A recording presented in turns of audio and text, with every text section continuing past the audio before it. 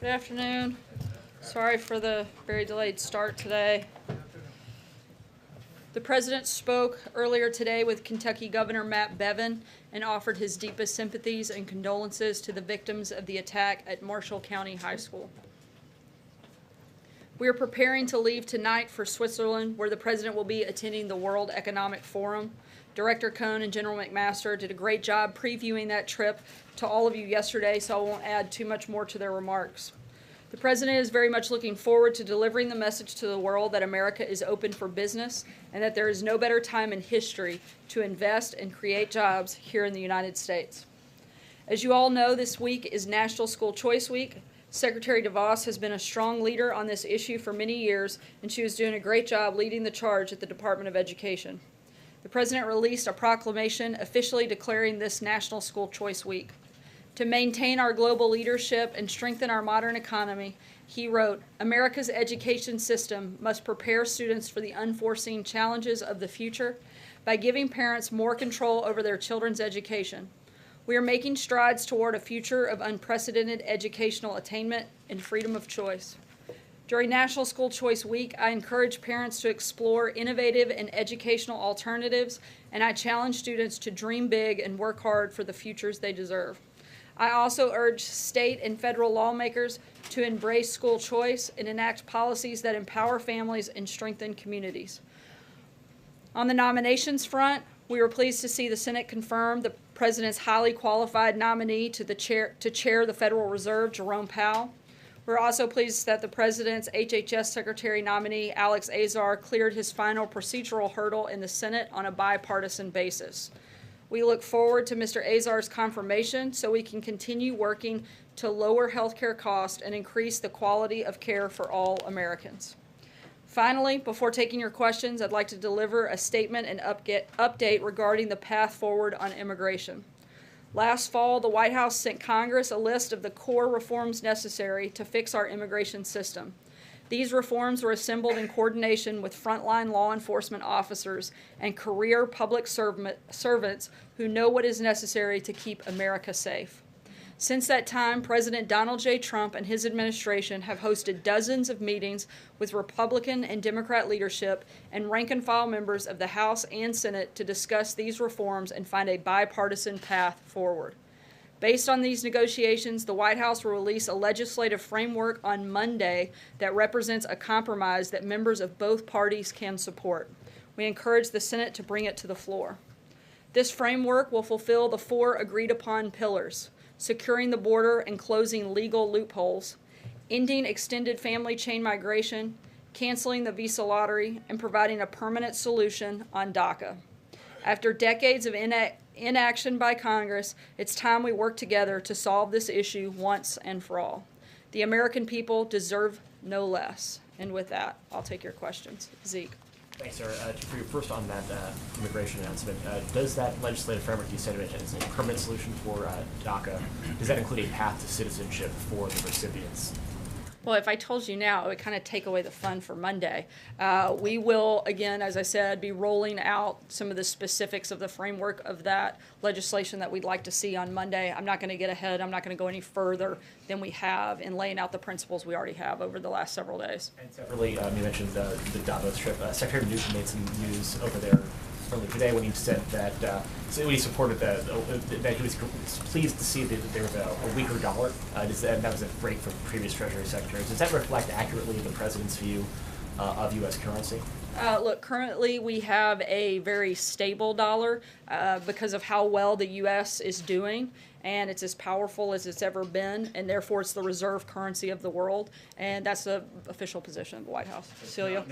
It's not so the White House prefers a strong dollar versus a weaker dollar? Again, we believe in free-floating currency. The President's always believed in that, and we have, like I said, a very stable dollar in large part to how well the U.S. economy is doing right now. Cecilia? Does the President make a habit of asking career government officials their voting habits? Not that I'm aware of, no. Did he ask Andrew McCabe how he voted? Look, the President and Andrew McCabe have had limited and pretty non-substantive conversations. I can't get into the details of what was discussed. I wasn't there. There are widespread reports of his retirement. We're making sure that we're focused on the FBI and DOJ is serving all Americans fairly and efficiently, and we're going to move forward from there. That's Thanks. kind of a yes or no question.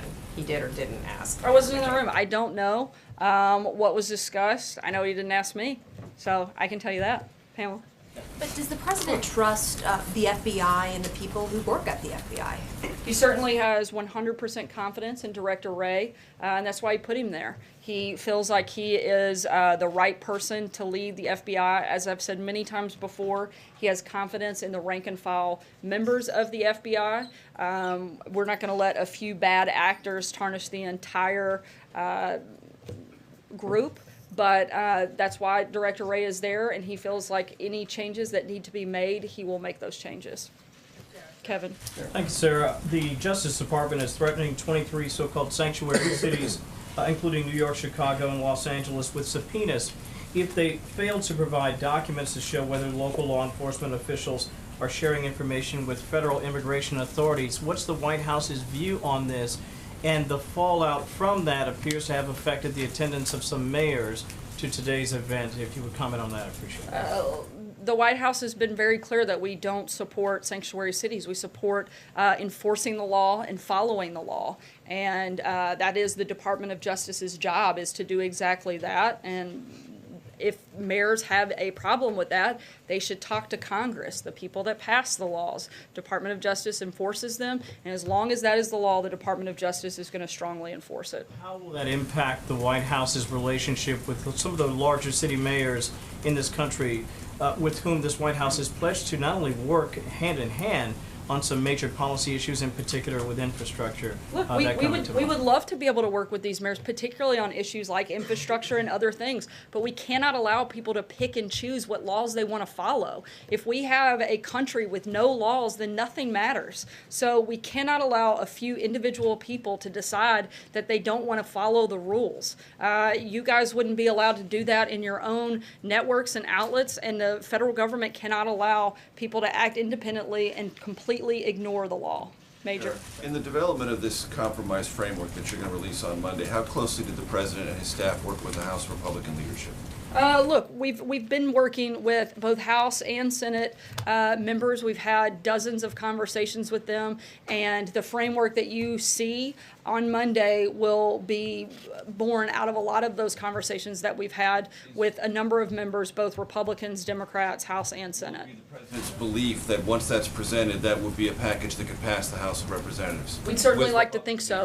Again, we've taken into account all of the conversations that we've had, both at the presidential and the staff level, and tried to incorporate that into what we think addresses all of the different things that we've heard from the various stakeholders throughout the last several months. You'll be able to pass the House and the Senate, and that's the I don't think a legislative package that can't pass both houses doesn't help us much. You understand the difference. The perception is in the Senate, it would come down in one form and would not be passable in the House. My question is, do you think you can bridge that? And is the point of this framework, based on your conversations, to do precisely that? Absolutely. We want to see a legislative package that addresses the four things that we've laid out that can pass both the House and the Senate and make it to the president's desk so that we can help actually fix our immigration system. And therefore it's different than what you've previously discussed either with Senator Schumer or Lindsey Graham or Dick Durbin or Representative Goodlatte. It addresses the four principles that we've talked about all along, and we think, again, takes into account all of the conversations that we've had over the last several months. John? Thanks a lot, Sarah. Steve Bannon, the former chief strategist for the president, in the next few weeks will likely come before the special counsel's office to submit to an interview with the special counsel's office. Will the president be invoking executive privilege to prevent any part of his testimony? I can't speak to the specifics of that. I can tell you that the White House has been fully cooperative and will continue to do so. The privilege of executive privilege is one that only the president can invoke, and as you may recall, he did not invoke it for when former FBI Director James Comey testified before the Senate Intelligence Committee. As you've mentioned many times, the president has mentioned many times, there is no collusion. I'm glad you guys are starting to echo that too. If you could say it more and more when you're on your networks, that'd be really helpful. Why would the president want to invoke executive privilege? After all, he didn't do so for the former FBI director. Look, I'm not going to walk through hypothetical conversations or negotiate with you guys. That's something that the attorneys are going to do. I can tell you, once again, the White House will remain and continue to be fully cooperative with the special counsel and allow them to work through their process. Right here. Go ahead. Yeah, so the president on immigration seems to have positioned himself in the center between the House and the Democrats and the Senate. The Democrats seem to be moving further left and pulling bait and switch on border wall funding. What is the benefit of the president being in that position as negotiations move forward? Look, the president's in the position to lay out a framework. There's nothing currently on the table that addresses all of the concerns that we feel like brings all of this various stakeholders to the table, like this framework does. And the president wants to lead on this issue, and that's exactly what we're going to do, and you'll see more details of that on Monday. Kristen? Thanks. What was the president's reaction to learning that his former national security advisor, Michael Flynn, didn't immediately tell him that he was interviewed by the FBI here at the White House? Look, as you know, I'm not going to get into the details of anything on this case. If you have specific questions on that, you'd have to reach out to the special counsel. Frustrated by that? I haven't spoken to him about that specific Last time issue. as he spoke with Michael Flynn? I'm not sure. And does the president still think that Michael Flynn is a quote-unquote wonderful man? I haven't asked him since he made that statement. One final question, Sarah. You told Cecilia that you hadn't asked the president whether he asked how Andrew McCabe had voted. That's one of the stories that's the leading story of the day. You didn't talk It's to not the leading president? story that most Americans care about. to the president about one of the even big all of the stories? polling that any person in here would take, I very seriously doubt that any person in America would list that as an issue they care about. And frankly, that's what we're focused Can you on. ask him and get us an answer? I'll let you know. John? Thank you, Sarah. Two brief questions. First, housekeeping matter. It has been reported unofficially that the president will host French President Emmanuel Macron and his wife at his first state dinner coming up this April, I believe. Will you confirm that President Macron will be his guest and make a state visit here? Yes, I can confirm that that will be the first state visit. The date is still being finalized, and we don't have that yet done, but as soon as we do, we'll certainly let you know. And my other question is, recently, district courts in Moscow have ruled that Mr. Navalny, the dissident against the Kremlin, will not be allowed on the ballot, and he repeatedly has run into efforts that have kept him from having a competitive election against President Putin. Does the White House have any feelings about that and about the Russian elections? I'll have to get back to you on that one. Fred? Two questions. First, could you comment on the president nominating Charles Reddick to be the IRS commissioner? We don't have any personnel announcements on that front at this point. Okay. And another question. In light of the fake news awards last week, wanted to ask, there's been some reports about how the EU Commission has set up a panel to investigate fake news of other European democracies, allies. Have set up panels to look into fake news, saying that they're trying to protect democracy. This has some people concerned about governments actually looking in, deciding what's truth and not true. Can you say, in light of what the president has talked about in fake news, that this is not something the U.S. government should ever do? Look, we certainly believe in a free press, but we also believe in a fair and accurate press. Hunter? Thank you, Sarah. Was the president speaking more metaphorically when he promised to build a solid wall that was over 30 to 50 feet high along the border? Look, the president's always guaranteed he's going to build a wall, and that's exactly what he intends to do. Over the past several years, I know he's talked about what that could look like. In some places we have natural barriers that you don't actually need the wall, and in other places where it is desperately needed as determined by law enforcement officials and DHS, that's where we would put the wall. Maggie? What does his actual vision of the wall look like, though? I think you'll see some more of those details laid out in the framework on Monday. From the 30 to 50 foot physical barrier? Again, you'll see some of the details laid out on Monday. Maggie? Thanks, Sarah. The President has said repeatedly there was no collusion between the campaign and Russia. Can you define what he means when he says collusion? Is he talking about meetings between officials? Is he talking about information exchanging hands? What does that mean? Look, I think the accusation against the president is that he had help winning the election, and that's simply untrue. The president won because he was the better candidate, because he worked harder, because he had a message that America actually cared about and believed in, and came out in a historic fashion and supported and voted for him. That's why he won. It wasn't because of some made-up hoax that has been created to delegitimize this president. It's because he was the best candidate at the right time that America wanted to see, and that's why he's in the Oval Office today. Sarah, just to follow up, does he think that the reporting from the intelligence community saying that there was hacking that went on done by Russia, does he rejects that?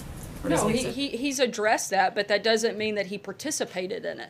I think those are very different things. Stating the existence of something happening is very different than having helped make it happen, and you can't conflate the two. And I think himself? oftentimes that's what individuals are trying to do. Right. Does he mean that about himself or about campaign officials? When he says collusion between the campaign, does he mean himself or does he mean that no one on his campaign could have known anything? Look, I think he's stating for himself and to anything that he would be a part of or know about or have sanctioned, but that would be something that, again, I think he's very clearly laid out. He and his campaign had nothing to do with. Roberta.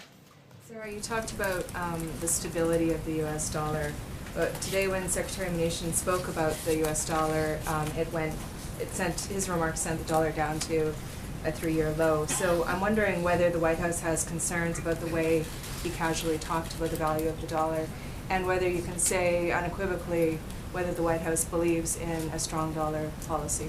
Yeah, as I said, we also believe in a free-floating currency, and that's always been the president's belief. We still very strongly believe that we have a stable dollar, and that that's a good thing, and that's why it is the reserve currency. I don't have anything else further to add on that front. Sajir? Thanks, Sarah. Does the White House still maintain its commitment to Representative Meadows and to Senator Tom Cotton that they would have a consultation and sign off on any bill, and were they consulted in this legislative training?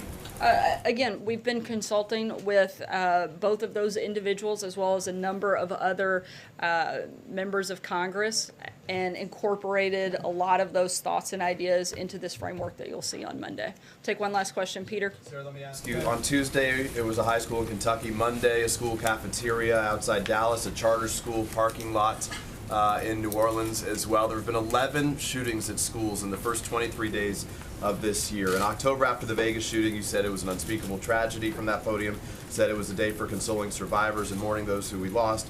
You said there's a time and place for political debate. What has the president done in the time since October to try to prevent any of these shootings from taking place? Look, I think first and foremost to recognize that any loss of life is incredibly sad, and any shooting at any school across this country is something that should never happen. Students fearing for their lives while they're attempting to get an education is unacceptable, certainly in this administration and by this administration. The president believes that all Americans deserve to be safe in their schools and in their communities. We've had 2 years of increased violence prior to the president taking office.